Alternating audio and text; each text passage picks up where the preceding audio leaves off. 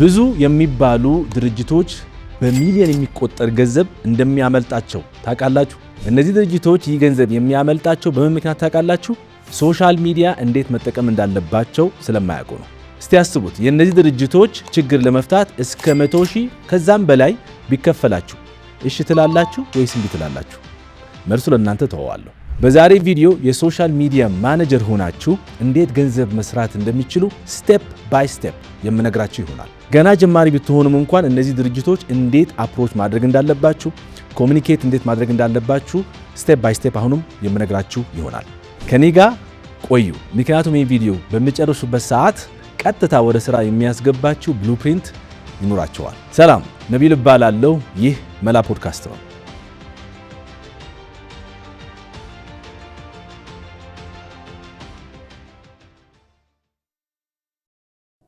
በዛሬ ቪዲዮ 6 ዋና ነጥቦችን እንመለከታለን። በተለይ ጀማሪ ከሆናችሁ ደግሞ 6ኛው ነጥብ በጣም ይጠቅማችኋል። የመጀመሪያው ነጥብ ሶሻል ሚዲያ ማኔጀር ምንድነው የሚሰራው፣ ስራው ምንድነው የሚለውን እስኪ እንመልከት።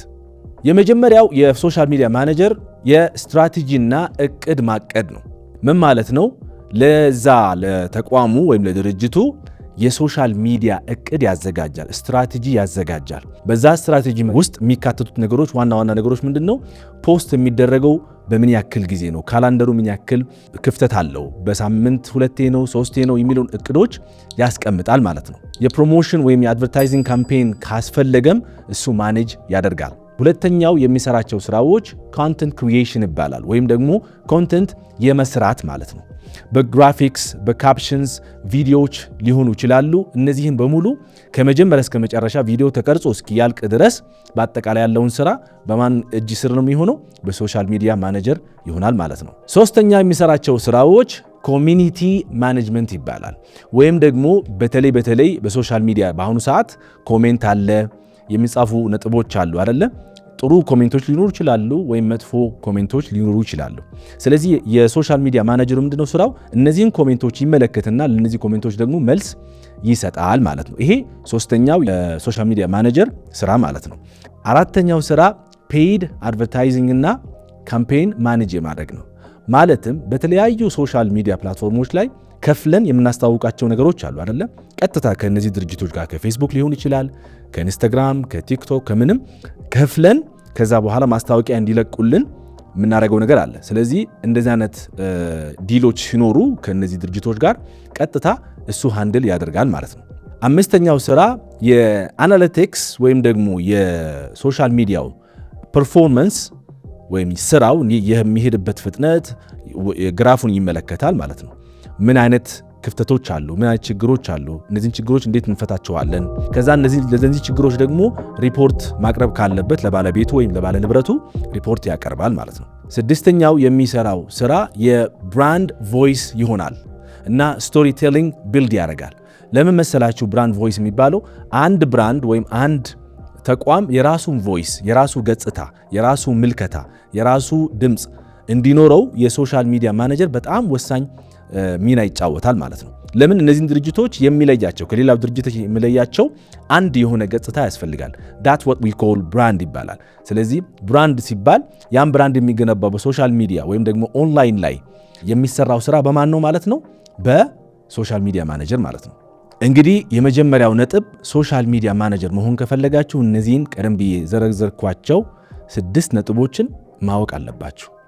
እንዴት ማቀድ እንዳለባችሁ፣ የድርጅቱን ገጽታ እንዴት መገንባት እንዳለባችሁ፣ ፖስት የሚደረጉት ቪዲዮዎች እንዴት በክሪኤቲቭ በሆነ መልኩ ልዩ በሆነ መልኩ ድርጅቱን ገጽታና ድምፅ በሚያሳዩ መልኩ እንዴት ማቅረብ እንዳለባችሁ፣ እነዚህም በሙሉ ብቻ የሶሻል ሚዲያ ፕሬዘንስ የዛን ድርጅት የሶሻል ሚዲያ ፕሬዘንስ በእናንተ ኃላፊነት እጅ ስለሚሆን እነዚህን ቀደም ብዬ ጠቀስኳችሁ ማወቅ አለባችሁ። እነዚህን ካወቃችሁ በኋላ ደግሞ ቀጥላችሁ ማወቅ ያለባችሁ ወይም ደግሞ ማድረግ ያለባችሁ ምንድነው? ወይም ሁለተኛው የዛሬ ቪዲዮ ነጥብ ምን ይሆናል? ዋና የሚባሉት የሶሻል ሚዲያ ፕላትፎርሞች ወይም መድረኮች መረዳት አለባችሁ። የመጀመሪያው ፌስቡክ ይባላል። ታውቁታላችሁ። ፌስቡክ ሜይንሊ ፎከስ ማድረግ ያለባችሁ እዛ ላይ ምንድነው? ኮሚኒቲ ቢልድ ማድረግ ነው፣ ወይም ደግሞ በሶሻል ሚዲያ ማህበረሰብን መፍጠር ማለት ነው። አሊያም ደግሞ ኢቨንት ለማስተዋወቅ ሊሆን ይችላል። አሊያም ደግሞ አድቨርታይዝ ለማድረግ ስትፈልጉ በጣም ምርጥ የሆነ ሶሻል ሚዲያ ፕላትፎርም ነው። ብዙ ድርጅቶች ወይም ብዙ ተቋማት ማለት ሶሻል ሚዲያ አካውንት ያላቸው ልክ ሊያስተዋውቁ ሲፈልጉ ከሜታ ጋር ወይም ደግሞ ፌስቡክ ጋር ይነጋገራሉ። ለምን? የማስተዋወቅ ቴክኒኮቹ ወይም ደግሞ ፊቸሮች ወይም ደግሞ በዛ ውስጥ የሚቀመጡት ፊቸርስ ምንድን ናቸው? እያንዳንዱ ዲሞግራፊክሊ ይገልጻሉ ማለት ነው። በአካባቢ በእድሜ ብዙ ነገሮችን ለይታችሁ ማስተዋወቅ ትችላላችሁ። ይሄ በማስ ሚዲያ ላይ ትንሽ የሚከብድ ነገር ነው። ሶሻል ሚዲያ ላይ ግን ልክ ሰዎች ባሉበት ቦታ ላይ እናንተ ማስታወቅ የፈለጋችሁበት ሀገር ላይ ነው ያን ቪዲዮ ወይም ያን ፖስት የሚለቀቅላችሁ። ስለዚህ ፌስቡክን እንዴት መጠቀም እንዳለባችሁ በደንብ መረዳት አለባችሁ። በተለይ ያን ድርጅት ማስታወቅ ከፍዬ ላስታወቅ ብሎ በሚነሳበት ሰዓት ላይ ፌስቡክ በደንብ ማወቅ አለባችሁ እንዴት መጠቀም እንዳለባችሁ። ይሄ አንደኛው ፕላትፎርም ነው። ሁለተኛው ፕላትፎርም ኢንስታግራም ይባላል። ኢንስታግራም በአብዛኛው ጊዜ ልክ እንደ አጫጭር ቪዲዮዎች ላይ ፎከስ ብታደርጉ የተሻለ ይሆናል። እንደ ሪልስ መጠቀም ትችላላችሁ፣ ወይም ደግሞ ስቶሪ ላይ መልቀቅ ትችላላችሁ። ስቶሪ ላይ ደግሞ ሞር ወደ ብራንድ ቢልዲንግ ላይ ትሰራላችሁ፣ ወይም ብራንዱን የመገንባት ሂደት ላይ ስትሰሩ በስቶሪ ላይ ትሰራላችሁ። በየቀኑ ስቶሪ ትለቃላችሁ ከድርጅቱ ጋር በተገናኘ ምናልባት ኢሞሽናሊ እነዚህን የሚመለከቷቸው ተመልካቾች ምን ያደርጋሉ ማለት ነው? ኢሞሽናሊ አታችድ እንዲሆኑ ከተቋሙ ጋር ማለት ነው። ስለዚህ ይሄ አንዱ ነው እና ሪልስ መጠቀም ትችላላችሁ በኢንስታግራም ላይ። ሶስተኛው ፕላትፎርም ቲክቶክ መጠቀም አለባችሁ። ቲክቶክ ስትጠቀሙ ግን ለምንድን ነው የምትጠቀሙት? አንደኛ ለቫይራሊቲ ወይም ደግሞ በጣም እንዲታይ። ምክንያቱም የቲክቶክ አልጎሪዝም ራሱ በባህሪው አዳዲስ ቪዲዮዎች በመጡበት ሰዓት ላይ ለብዙ ሰዎች በአንዴ ተደራሽ ማድረግ ይችላል፣ አዲስ አካውንት ራሱ ቢሆን ማለት ነው። ስለዚህ የእናንተን የመጀመሪያዎች በተለይ ድርጅቱ የሚሰራቸውን ቪዲዮዎች የመጀመሪያ ቪዲዮዎች በደንብ የተሰሩ በደንብ በጥናት የተሰሩ ክሪኤቲቭ በሆነ መልኩ ጽድት ባለ መልኩ ለተመልካቹን ብታቀርቧቸው ለብዙ ሰው በአንዴ ተደራሽ መሆን ትችላላችሁ ማለት ነው። ስራችሁን በዛው ልክ ይገመገማል ማለት ነው። ስለዚህ ለቫይራሊቲ በጣም የሚጠቅማችሁ ፕላትፎርም ነው ቲክቶክ። አንዳንድ ጊዜም የድርጅቶች ቻለንጅ የሚፈጠሩበት ጊዜ ካለ ቻለንጆቹ በቲክቶክ ቢሆኑ የተሻለ ይሆናል። በዛ ላይ ደግሞ ቲክቶክ ላይ ፎከስ ማድረግ ያለባችሁ ምንድነው? ትሬንድስ አሉ ወይም ደግሞ አዳዲስ የሚባሉ ትሬንዶች ይፈጠራሉ በየጊዜው ማለት ነው። እነዛን ትሬንዶች መከታተል ይኖርባቸዋል። ትሬንዶቹ ከተከታተላችሁ የምትሰሯቸው ኮንቴንቶች ከትሬንዱ ጋራ በሆነ ልክ እይታው በዛው ልክ ስለሚጨምር ማለት ነው። አራተኛው ፕላትፎርም ሊንክድኢን ይባላል። ሊንክድኢን ግን እዚህ ጋር ቢዝነስ ቱ ቢዝነስ ቢሆን የተሻለ ይሆናል። በተለይ ድርጅቱ ራሱ የድርጅቱን ዓላማ ቀጥታ ኤንድ ዩዘር የሚባለው ወይም ደግሞ ሸማች ጋራ የማይሄድ ከሆነ ከቢዝነስ ጋር የሚነጋገር ከሆነ ቢዝነስ ቱ ቢዝነስ የሚባል የቢዝነስ ስትራቴጂ አለ ማለት ነው። አንዳንድ ድርጅቶች ቀጥታ ምን ይሆናሉ? ከድርጅቶች ጋር የሚነጋገሩ ድርጅቶች አሉ። ስለዚህ ዓላማቸው ድርጅቶች ስለሆኑ በሊንክድኢን ነው ፎከስ የምታደርጉት እናንተ ማለት ነው። ለምን? እዛው የምትገነቡት ምንድን ነው? ክሬዲቢሊቲ ትገነባላችሁ፣ ተአማኝነትን ስለምትገነቡ ማለት ነው። ድርጅቶች ከድርጅቱ ጋር የሚሰሩበት ምክንያት አንድ ድርጅት ታማኝ ስለሆነ ነው መጥተው የሚሰሩት። ስለዚህ በዛ ላይ ፎከስ ስታደርጉ ስትራቴጂያችሁ በሙሉ የሚለወጠው ለድርጅቶች ይሆናል ማለት ነው። ከዚህ በፊት የነበረው ለሪቴለር ወይም ደግሞ ለሸማች የሆነው ስትራቴጂ ወደ ቢዝነስ ኦነርስ ጋር ነው የምታስተዋውቁት ማለት ነው። ሌላው ሊንክድኢን የሚጠቅማችሁ ነገር ምንድነው? ኔትወርኪንግ ይፈጥራል ማለት ነው። ከተለያዩ ሌላ ከዛ ተቋም ጋር የሚገናኙ ወይም የተቋሙን ሰርቪስ የሚፈልጉ ተቋማት ጋር ያገናኛቸዋል። ሊንክድኢን የሚጠቅመው እዛ ላይ ነው። አምስተኛው ፕላትፎርም ዩቲዩብ ነው። ዩቲዩብ ስትጠቀሙ ደግሞ ከዛ ድርጅት ጋር በተገናኘ በተለይ ቲዩቶሪያል የሆነ አስተማሪ የሆኑ ቪዲዮዎችን መስራት ልትገደዱ ትችላላችሁ። በተለይ ከድርጅቱ ጋር የሚስማሙ የሚሄዱ ቪዲዮዎችን ልትሰሩ ትችላላችሁ። ብሱም ብቻ አይደለም፣ እንደ ዴሞም ካላችሁ አዳዲስ ፕሮዳክቶች ሲለቀቁ በዛ ድርጅት ወይም ለዛ ድርጅት አዲስ ፕሮዳክት ሲለቅ ዴሞ ትሰራላችሁ ወይም ደግሞ እንደ ማስታወቂያ ትሰራላችሁ በዛው በዩቲዩብ ላይ ማለት ነው። ስለዚህ ዩቲዩብ እንደ ማስታወቂያም ፕላትፎርም ልትጠቀሙበት ትችላላችሁ። ቪዲዮውን ጥራቱን የጠበቀ ማስታወቂያ መምሰልም የለበትም። እሱም ያው ኮንሲደር ማድረግ አለባችሁ። ሌላው ደግሞ ኮንቴንት የምሰራቸው ኮንቴንቶች በአጠቃላይ ለሰርች ኢንጂን የተመቹ መሆን አለባቸው። ለምን ሰው ሰርች ያደርጋል ሲፈልግ ዩቲዩብ ላይ መጀመሪያ የሚያደርጉ ምንድነው? ሰርች ያደርጋል የሚፈልገውን ነገር how to do this how to do that ብሎ ሊፈልግ ይችላል። እንዴት እንጀራ እንዴት መጋገር እንዳለብኝ፣ ኮምፒውተር ተበላሽቷል እንዴት ማስተካከል እችላለሁ የሚለውን ጥያቄዎች ነው መጀመሪያ ሰርች ባር ላይ የሚመጡት። ስለዚህ ቪዲዮዎቻችሁ ለኤስኢኦ ወይም ደግሞ ሰርች ኢንጂን ኦፕቲማይዜሽን ጠቃሚ መሆን አለባቸው፣ ወይም ደግሞ ተጋላጭ መሆን አለባችሁ፣ አለዛ አይታዩም። ስለዚህ ዩቲዩብን በደንብ መረዳት አለባችሁ። ከምን ጋራ ከድርጅቱ ዓላማ ጋር በሚሄድ መልኩ ቪዲዮዎች መስራት ይኖርባችኋል ማለት ነው። የመጨረሻው የምትጠቀሙት ፕላትፎርም የዋትሳፕ እና የቴሌግራም ነው። እሱም ቀጥታ ከፋይናል ኮንሱመር ጋር ወይም ደግሞ የድርጅቱን ፕሮዳክት መጠቀም የሚፈልግ ሰው መጨረሻ ላይ እናንተን ኮንታክት ማድረጉ አይቀርም። እንደ ሶሻል ማኔጀር ደግሞ እነዚህን የመጡላቸው ኮንታክቶች ወይም ኮንታክት ያደረጓችሁ ሰዎች ወደ ሴልስ መለወጥ አለባችሁ ማለት ነው። ይሄ የእናንተ ስራ ስለሚሆን እነዚህን በሙሉ ፕላትፎርሞች መረዳት ይኖሩባቸዋል። ካልተረዳችሁ አንዱን ፕላትፎርም ብቻ ተጠቅማችሁ ወይም ደግሞ ከድርጅቱ ጋር የማይሄድ ፕላትፎርም ስትጠቀሙ የማይሆን ውጤት ታገኛላችሁ። ስለዚህ የትኛው ፕላትፎርም ለየትኛው ድርጅት ወይም ለየትኛው ፕሮዳክት እጠቀመዋለሁ ብላችሁ መጀመሪያ በእቅዳችሁ ላይ ማስቀመጥ ይኖርባችኋል ማለት ነው። በጣም ጥሩ። ይሄ ሁለተኛው ነጥባችን አይተነዋል። ስለዚህ የትኛው ፕላትፎርም ትጠቀማላችሁ? እስኪ በኮሜንት ላይ ጀምሩልኝ።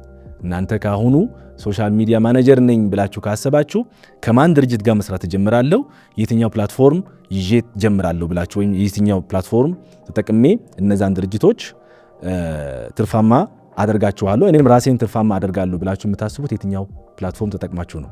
በኮሜንት ላይ ጽፉልኛላችሁ። ሶስተኛው ነጥባችን በኢትዮጵያ ውስጥ የሶሻል ሚዲያ ማኔጀሮች በምን ኦን አቨሬጅ ከጀማሪ እስከ ኤክስፐርት የሚባሉ ሰዎች ምን ያህል ያገኛሉ? ስለዚህ ይሄንን መረጃ በተወሰነ መልኩ ሪሰርች ባረኩት ወይም ደግሞ ጥናት ባረኩት መሰረት ያገኘኋቸው መረጃዎች ነበሩ። እነዚህ መረጃዎች እነግራችኋለሁ። ጀማሪ ከሆናችሁ ከ3000 እስከ 5000 ባለው ልታገኙ ትችላላችሁ። በምን ሶሻል ሚዲያ ማኔጀር ሆናችሁ ግን የምትሰሯቸው ስራዎች በጣም ውስን ናቸው። ምክንያቱም ሶሻል ሚዲያ ማኔጀር እንዳልኳችሁ ሰፊ ተርም ነው። ግን ጀማሪ ስትሆኑ ሁሉም ነገር ሃንድል ላታደርጉ ትችላላችሁ። ምናልባት ውስን ነገሮች ልትይዙ ትችላላችሁ። ስለዚህ ጀማሪ ከሆናችሁ ከ3000 እስከ 5000 በወር ልታገኙ ትችላላችሁ። ጁኒየር ደግሞ ከሆናችሁ ወይም ደግሞ ትንሽ ከጀማሪ ከፍ ባለ ደረጃ የምትሰሩ ከሆነ ከ5000 እስከ 7000 ወይም እስከ 8000 ባለው ልትከፈሉ ወይም ተከፋይ ልትሆኑ ትችላላችሁ ማለት ነው። ሚድ ሌቭል ላይ ወይም ደግሞ መካከለኛ ደረጃ ላይ ከደረሳችሁ ደግሞ ከ7000 ወይም ከ8000 እስከ 12000 ባለው በየወሩ ታገኛላችሁ ማለት ነው። ሲኒየር የሚባሉት ደግሞ ከ12000 እስከ 18000 ባለው በወር ሊያገኙ ይችላሉ። በመጨረሻ ደግሞ ኤክስፐርት የሚባሉት ወይም ደግሞ በጣም ልምድ ያላቸው ከብዙ ድርጅቶች ጋር የሰሩ ሰዎች ደግሞ ከ18000 እስከ 20000 ወይም ከዛ በላይ በወር ሊያገኙ ይችላሉ። ይሄ እንዳልኳችሁ ከአንድ ድርጅት ብቻ ነው እናወራ ያለ ነው። በእጃችሁ ላይ ከአንድ ድርጅት በላይ ቢሆን ለምሳሌ ለሴ ኤክስፐርት ሆናችሁ 25,000 የምታገኙ ከሆነ 5 ድርጅቶች ወይም ደግሞ 4 ድርጅቶች እጃችሁ ላይ ቢኖር 100,000 ያገኛችሁ አይደለ በወሩ። ግን ስራው ቀላል አይደለም። ዋናው ሐሳቡ ምንድነው? እነዚህን ስራዎች እንድትሰሯቸው መጀመሪያ እንደ ጀማሪ ከሆናችሁ እንደ ጀማሪነታችሁ ምን መስራት እንዳለባችሁ በቅደም ተከተል በኋላ ስለምናያቸው፣ ዋናው ግን ገቢያችሁ በዚህ መልክ ማወቅ ትችላላችሁ ማለት ነው።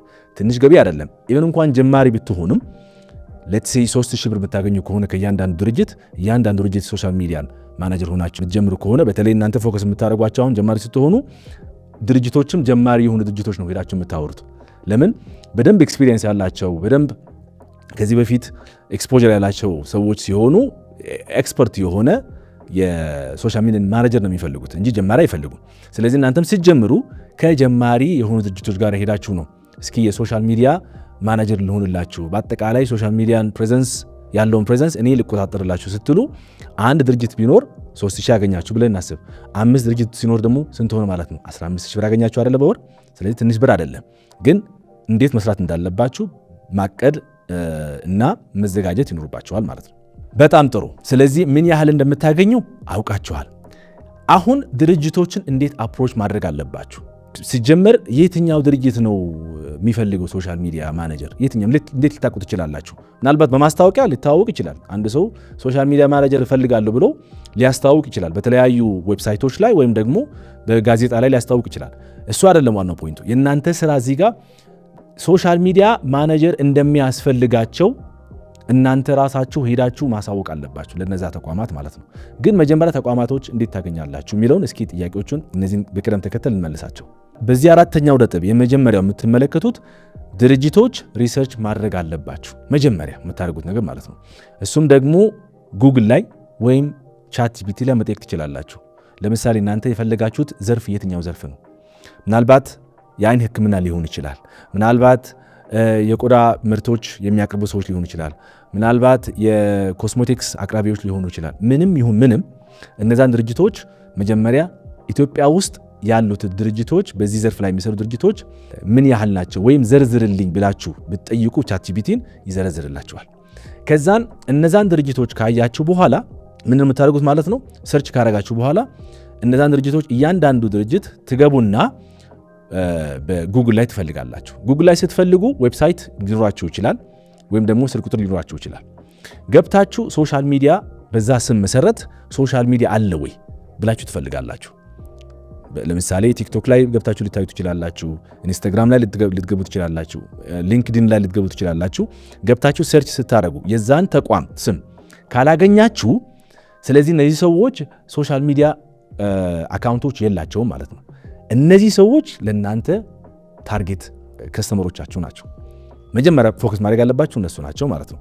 ሰርች አረጋችሁ፣ ከዛን እነዛን ድርጅቶች ምን ዘርፍ ላይ ነው የሚሰሩት ካያችሁ በኋላ ምን ያህል ጊዜ ቆይቷል ገበያ ላይ፣ ምን ያህል እንቅስቃሴ አላቸው የሚለውን ቢቻል ዌብሳይት ካላችሁ ዌብሳይት ላይ ቼክ ታደርጋላችሁ። ከሌለ ደግሞ ወይ እንደ ከስተመር ሆናችሁ መደወል ትችላላችሁ። አድራሻቸው ሄዳችሁ አይታችሁ የሚሰጡት ሰርቪስ ምን አይነት ነው፣ ቦታቸው ያምራል አያምርም፣ እንዴት ነው የሚለውን ነገር ራሳችሁ ጥናት ማድረግ አለባችሁ ማለት ነው። ስለዚህ ይሄ መጀመሪያው ስቴፕ ነው። ሁለተኛው ስቴፕ ምን ይሆናል መሰላችሁ? ሳምፕል ትሰራላችሁ። ለነዛ ድርጅቶች 3 ቪዲዮዎች ፖስት የሚሆኑ ማለት ነው፣ አጫጭር ቪዲዮዎች ትሰራላችሁ። በእነሱ ፕሮዳክት ትሰራላችሁ። በየሆነ ነገር ላይ ብቻ ፎከስ አድርጋችሁ የመታየት እድሉ ሰፊ ነው ብላችሁ የምታስቧቸው 3 ሳምፕል ፖስቶችን ታዘጋጃላችሁ።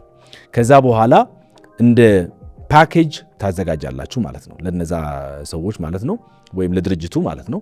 ከዛን የሚመጣውን ውጤት እዛው ላይ ታስቀምጣላችሁ። የተፎካካሪ ድርጅቶች ደግሞ የሚሰሩትን የሶሻል ሚዲያ ኮንቴንት ካለ እነሱንም አምጥታችሁ የእናንተን ኮንቴንት ጋራ ለማነጻጸር ታያላችሁ ማለት ነው። ስለዚህ እነዚህን በሙሉ ታዘጋጃላችሁ። ካዘጋጃችሁ በኋላ ወዴት ትሄዳላችሁ ማለት ነው? ወደ እነሱ አፕሮች ታደርጋላችሁ።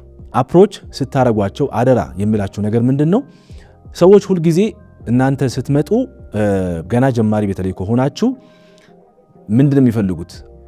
የእናንተን እውቀት ይፈልጋሉ ማለት በዚህ ዘርፍ ላይ እውቀት አለኝ ኤክስፒሪየንስ አለኝ ብላችሁ መሆን አለበት አይደለም። ግን እውቀት ባይኖራችሁ እንኳን ሄዳችሁ ስታወሩ ሰርች ማድረጋችሁ፣ ጥናት ማድረጋችሁ፣ መልፋታችሁ የሚለውን ነገር ስታስረዷቸው እንዲህ አድርጌ ነበረ ቼክ ሳረጋችሁ የእናንተን ሶሻል ሚዲያ ምንም አይነት ፕሬዘንስ የላችሁም እና ሶሻል ሚዲያ ፕሬዘንስ ቢኖራችሁ ኖሮ ይህን ያክል ገቢ ታገኙ ነበር። ምክንያቱም በአሁኑ ሰዓት ብዙ ሰው ሶሻል ሚዲያ እጁ ላይ ስለሆነ እንዲህ አይነት ፒች ታረጋላችሁ ማለት ነው። ስለዚህ እናንተ እንደዚህ ብታረጉ የተሻለ ለውጥ ይመጣል። ምናልባት የመጀመሪ ስትሆኑ እንዳልኳችሁ ላይከፍሏችሁ ይችላል ሁላ።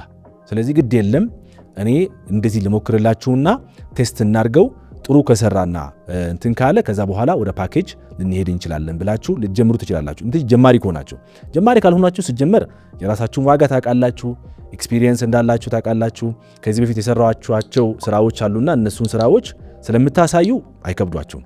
ግን እንደም ጀማሪ ስትሆኑ አሁን ሳምፕሉ አለ አይደለ? ሳምፕሉን ታሳያላችሁ፣ የተፎካካሪውን ቪዲዮዎችም ታሳያላችሁ። የኔም ስራ እንደዚህ ነው ብላችሁ ታስረዳላችሁ።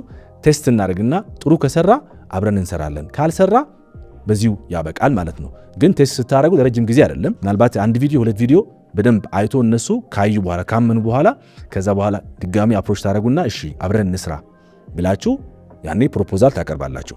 ፕሮፖዛል ስታቀርቡ ግን በዚህ መልኩ ማቅረብ አለባችሁ። ይህም 4ኛው ነጥብ ነው። የመጀመሪያው ፓኬጃችሁ ምን መሆን አለበት? ስታርተር መሆን አለበት። ስታርተር ማለት በሳምንት 1 ወይ 2 ወይ ደግሞ 3 ፖስቶችን አረግላችኋለሁ። ከዛን ደግሞ ኢንጌጅ አረጋለሁ። በዚህ በኮሜንት ሴክሽን ላይ ኢንጌጅ አረጋለሁ። እሱ አንድ ፓኬጅ ነው። ሁለተኛው ፓኬጅ ከ3 እስከ 5 ፖስቶችን አደርግላችኋለሁ። ከዛን ካምፔንም አዘጋጅላችኋለሁ። አናሊቲክስ እመለከታለሁ። ኮሜንትንም ምን አረጋለሁ እመልሳለሁ ሊሆን ይችላል። ይሄ አንዱ ፓኬጅ ነው። ሶስተኛው ደግሞ ፉል ሰርቪስ ይባላል። ወይም ደግሞ ሙሉ የሶሻል ሚዲያ ማኔጀር ቀደም ብለን የጠቀስናቸው ታስታውሱ እንደሆነ መጀመሪያው ነጥብ ላይ እነዚህም በሙሉ እንደምታደርጉ፣ ፕላን እንደምታደርጉ፣ እቅድ እንደምታቅዱ፣ የቪዲዮ ኮንቴንት በእናንተ በኩል እንደሚያልፍ፣ ግራፊክሱን በሙሉ በአጠቃላይ ካፕሽኑን በእናንተ እጅ ስለሚያልፍ ወይም እንደሚያልፍ ፓኬጅ ታዘጋጃላችሁ ማለት ነው። ስለዚህ 3 ፓኬጆች ስታዘጋጁላችሁ ፍሌክሲብል መሆናችሁ እያሳያችሁ ነው ማለት ነው። ምክንያቱም ድርጅቱ ምናልባት አዲስ ድርጅት ከሆነ ባጀት ላይኖረው ይችላል። ስለዚህ ቀላል፣ መካከለኛ፣ በደንብ የሚከፍቱት ደግሞ ባጀት ካላቸው 3ቱንም አይቶ እነሱ ይወስናሉ ማለት ነው። 4ኛው ነጥብ ጨርሰናል። 4ኛው ነጥብ ስለምን ነበር ያወራ ነው? ድርጅቶች እንዴት አፕሮች ማድረግ እንዳለባቸው ነው አይደለ? ወደ 5ኛው ነጥብ ጋር ስንመጣ ብዙ ሰዎች እንዴ አንዳንድ ቢዝነሶች እኮ ለሶሻል ሚዲያ አመቺ አይደሉም የሚሉ ሰዎች አሉ። አይደለም፣ ማንኛውም ቢዝነስ አፕሮች ማድረግ ይቻላል። ስለዚህ ኢቭን እንኳን ከባድ የሆነ የቢዝነስ አይነት ቢሆንም ወይም ለሶሻል ሚዲያ ከባድ ነው ብለን የምናስበው ድርጅቶች ቢኖሩ እንዴት አፕሮች ወይም ደግሞ እንዴት መስራት እንዳለባችሁ በተወሰነ መልኩ ላስረዳችሁ። 5 ፕሪንሲፕሎች አሉ። ማንኛውም ድርጅት ሶሻል ሚዲያ ፕሬዘንስ ሊኖረው ይችላል እንዳልኳችሁ። ግን ማድረግ ያለባችሁ ምንድነው? አንደኛ ተመልካቾች ሁልጊዜ ከዛ ፖስት ወይም ከዛ የሶሻል ሚዲያ ፖስቱ የሆነ ነገር መማር አለባቸው ወይም ማግኘት አለባቸው። ሁለተኛው ከጀርባ ያለውን ሂደት ብታሳዩ የበለጠ ይሆናል። ለምሳሌ ኮንስትራክሽን ስራ ላይ ካስተዋላችሁ በተለይ አሁን አንዳንድ ቲክቶክ ላይ ወይም ለሶሻል ሚዲያ ላይ የምትመለከቷቸው ቪዲዮዎች አጫጭር ቪዲዮዎች ይሁኑና ግን ቢፎር ኤንድ አፍተር ይባል አለ ማለት ከበፊትና በኋላ የሚለው ሳይሰራ በፊት ግንባታው ምኑ ቆሻሻው ምናምን ሲሆን ቤቱ ሲያስጠላ ታዩትና ከዛ በኋላ አፍተር ብለው በፍጥነት የሆነ ቪዲዮ ሊያሰራው ይችላል። ኮንስትራክሽን ዘርፍ ከዚህ በፊት ለሶሻል ሚዲያ አመቺ ነው ብሎ አይታሰብም ነበር። ግን ቢሃይንድ ሲን ወይም ደግሞ ከቀረጻ ጀርባ ያለውን ነገር በቪዲዮ መልኩ ብትሰሩትና ፖስት ቢደረግ በደንብ የሚታይ ነገር ነው። ሌላኛው you have to use storytelling ደግሞ የሚባል በጣም ቴክኒክ፣ በጣም ወሳኝ ቴክኒክ ነው። ስለዚህ ማንኛውም ድርጅት ይሁን ማንኛውም የስቶሪ ቴሊንግ ቴክኒክ መጠቀም አለበት። ትረካን መልመድ አለባችሁ ማለት ነው። አንድን ሐሳብ እንዴት መተረክ እንዳለባችሁ ካወቃችሁ ቶታሊ የዛን ድርጅት አይቻልም የሚለውን ሐሳብ ይቀራል ማለት ነው። ምክንያቱም ሰው የሚፈልገው ትረካ ነው። ታሪክ ስትነግሩት ሰውን ቁጭ ብሎ ያዳምጣችኋል። ስለዚህ እንዴት መተረክ እንዳለባችሁ ማወቅ አለባችሁ። ሌላው ደግሞ የትኛው ኮንተንት የትኛው ቦታ ላይ መልቀቅ ይሻላል የሚለውን በደንብ ማወቅ አለባችሁ። አንዳንድ ሰዎች የማይሆን ማለት ፕላትፎርም ይመርጡና ከዛ በኋላ ያን ኮንተንት ወደዛ ፕላትፎርም ላይ ፖስት ሲያደርጉት አይሰራም። እስኪ ዝም ብላችሁ አስተውሉ። አንድ ቪዲዮ አውጡና እናንተ የሰራችሁት ቪዲዮ ቲክቶክ ላይ ልቀቁት፣ ሪል ላይ ልቀቁት፣ ፌስቡክ ሪል ላይ ልቀቁት፣ ከዛን ሾርት ዩቲዩብ ሾርት ላይ ልቀቁት፣ ከዛም ሌላ ፕላትፎርም ላይ ልቀቁት። እነዚህም ሁሉም ፕላትፎርሞች ላይ ፐርፎርማንሱ አንድ አይሆንም። እርግጠኛ ሆኜ የምነግራችሁ ማለት ነው። አንዱ ላይ በደንብ ሊታይ ይችላል፣ አንዱ ጭራሽ ላይታይ ይችላል፣ አንዱ ደግሞ መሃል ላይ ሊሆን ይችላል። ስለዚህ ያን ኮንቴንት የት ጋ ነው የሚሰራው ብላችሁ ቴስት ማድረግ አለባችሁ ማለት ነው። ፌስቡክ ላይ ከሆነ ፌስቡክ ላይ ሪልስ ላይ ማተኮር አለባችሁ ማለት ነው። ሌላ ቦታ ላይ ልክ እንደዛን ኮንቴንት ላይ ሪል ላይ የሚታይ ከሆነ እዛ ላይ ፎከስ ማድረግ ይኖርባችኋል ማለት ነው። 5ኛው ፕሪንሲፕል ደግሞ ትልቁ ነገር ምንድነው? ሰው ተረስቷል ብሎ ከታሰበ ራሱን ኢንጌጅ አይሆንም ማለት ነው። ስለዚህ ኢንጌጅመንት ይፈልጋል። በማንኛውም ፕላትፎርም ላይ ከከስተመሮቻቸው እነዛን ሰዎች ወይም ድርጅቶች ከተገናኙ እና መልስ ከሰጡ አክቲቭሊ አይ እየተሰማን ነው የኛን ሐሳብ እየተሰማ ነው ብሎ ስለሚያስብ ያን ተመልካች ይህንን ነገር ማወቅ አለባችሁ። ስለዚህ እነዚህ 5 ፕሪንሲፕሎች ከተከተላችሁ ማንኛውም ድርጅት ሶሻል ሚዲያ ፕሬዘንስ ሊኖረው ይችላል። 5ኛው ነጥብ ጨርሰናል። 6ኛው ጋር ደርሰናል። እሱም ቀደም ብዬ እንደነገርኳችሁ በተለይ ጀማሪ ከሆናችሁ በእነዚህ ቀጥዬ የምነግራችሁ ነጥቦች በደንብ ትኩረት ማድረግ አለባችሁ። የመጀመሪያው ነገር ሪዛልት ላይ ፎከስ አድርጉ። ላይክ ላይ አይደለም፣ ወይም ላይክስ ላይ አይደለም። ይሄ ላይክስ ብቻ አይደለም ፎከስ። አሁን እኛ ብዙ ሰዎች ሶሻል ሚዲያ ሲሆኑ በቃ ቪውስ በጣም ሃይ ቪውስ ስላገኘ ላይክስ ብቻ ስላገኘ አይደለም። ያ ተመልካቹን ላይክ ማድረጉን ብቻ ሳይሆን ወደ ድርጅቱ ኮንቨርት የሚሆን ወይም ደግሞ ሊድ የሚሆን ሰው መሆን አለበት ነው። ስለዚህ ላይኩን ብቻ ሳይሆን ውጤቱን የሚመጣን ውጤት ፎከስ ማድረግ አለባችሁ። እሱ ደግሞ ሪፖርት ላይ ስትሰሩ በደንብ ስለሚጠቅማችሁ ማለት ነው። ሁለተኛው ነገር መጀመሪያ ስትጀምሩ ስፔሻላይዝ ማድረግ አለባችሁ። በአንድ ወይም ደግሞ ከበዛ በሁለት ፕላትፎርሞች ላይ ፎከስ ማድረግ አለባችሁ። ሁሉም ላይ አትነካኩ። መጀመሪያ ከሆነ ጀማሪ ከሆናችሁ ማለት ነው። አንዱን በደንብ እወቁት። ለምሳሌ ዩቲዩብ ላይ ከሆነ ዩቲዩብ ብቻ ስሩ። ወይም ደግሞ ዩቲዩብ እና ቲክቶክ የምትሰሩ ከሆነ ዩቲዩብ እና ቲክቶክ በደንብ እወቁት። እንዴት እንደሚሰራ፣ እንዴት ኮንቴንት መስራት እንደሚችሉ፣ አልጎሪዝሙ ራሱ እንዴት እንደሚሰራ የሚለውን ሐሳብ በደንብ አጥንታችሁ ነው ከዛም በዛን ፕላትፎርም ላይ የሚሰሩት። እነዚህን ፕላትፎርሞች በደንብ ከቻላችሁ በኋላ ከዛን ኤክስፓንድ ማድረግ ትችላላችሁ፣ ወይም አንድ ፕላትፎርም መጨመር ትችላላችሁ ማለት ነው። ሌላው you have to build a portfolio። የእናንተን ፖርትፎሊዮ መገንባት አለባችሁ። የምትሰሯቸውን ስራዎች በሙሉ ማለት ነው በዳታ መያዝ አለባችሁ፣ ወይም ደግሞ መሰነድ አለባችሁ። በአጠቃላይ ቪዲዮም ሊሆን ይችላል። የሰራችኋቸው ስራዎች በፎቶም በምናምን በእንደዚህ ፋይል አድርጋችሁ ማስቀመጥ አለባችሁ። ምክንያቱም የእናንተን ምንድነው የሚሆነው የእናንተን ሂስትሪ ይሆናል ማለት ነው። ለወደፊት ከታላላቅ ድርጅቶች ጋር መስራት ስትፈልጉ እንደዚህ ቦታ ላይ ሰርቻለሁ፣ እንዲያን ቦታ ላይ ሰርቻለሁ፣ እንዲያን ኮንቴንት ሰርቻለሁ፣ ዳታ እጃችሁ ላይ ስለሚኖር ያን ዳታ እንደ ፖርትፎሊዮ ስለሚጠቅማችሁ መያዝ አለባችሁ በደንብ ማለት ነው። አራተኛው ማድረግ ያለባችሁ ሁል ጊዜ ለማደግ ዝግጁ መሆን አለባችሁ። አዲስ ነገር በመጣ ቁጥር እናንተም መዘጋጀት አለባችሁ። ትሬንዱ ምንድነው? አሁን ባለው ሰዓት ምንድነው ትሬንድ የሚሰራው? ለምሳሌ ሶሻል ሚዲያ ቲክቶክ ላይ ትሬንድ የሆነ ከሆነ ቲክቶክ ላይ መስራት አለብኝ ብላችሁ ማሰብ አለባችሁ። ቲክቶክ ላይ ሲሰሩ እንዴት መስራት እንዳለባችሁ ማወቅ አለባችሁ። ስለዚህ ከነገሩ ጋር መሄድ አለባችሁ። ልክ አዳዲስ ዜናዎች ሲመጡ ደግሞ ዩቲዩብ አልጎሪዝሙ ተቀይሯል፣ ቲክቶክ አልጎሪዝሙ ተቀይሯል ሲባል ምን ተቀይሯል ማጥናት አለባችሁ። ሪሰርች ማድረግ አለባችሁ። እነዚህ ነገሮች ከዘመኑ ጋር እንድትሄዱ የሚጠቅማችሁ ነገሮች ናቸው። እሱ ደግሞ ብቻውን ስለማይሆን ኤአይ መጠቀም ትችላላችሁ። ዘመኑ ደግሞ ኤአይ ስለሆነ ኤአይ በደንብ ሊደግፋችሁ ይችላል።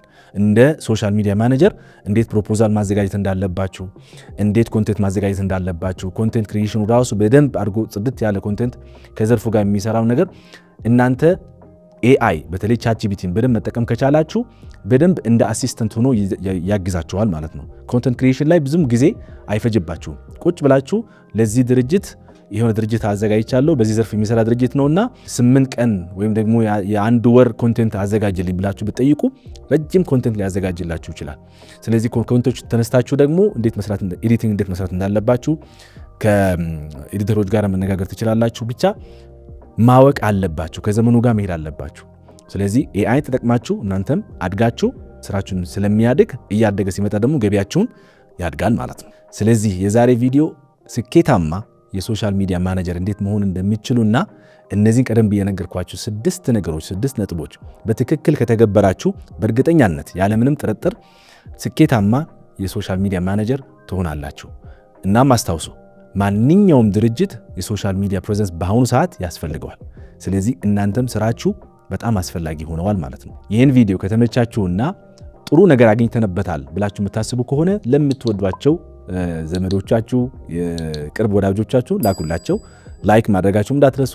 ሰብስክራይብ ደግሞ ካላደረጋችሁ ማድረግ አለባችሁ። ለምን ማድረግ እንዳለባችሁ ልንገራችሁ።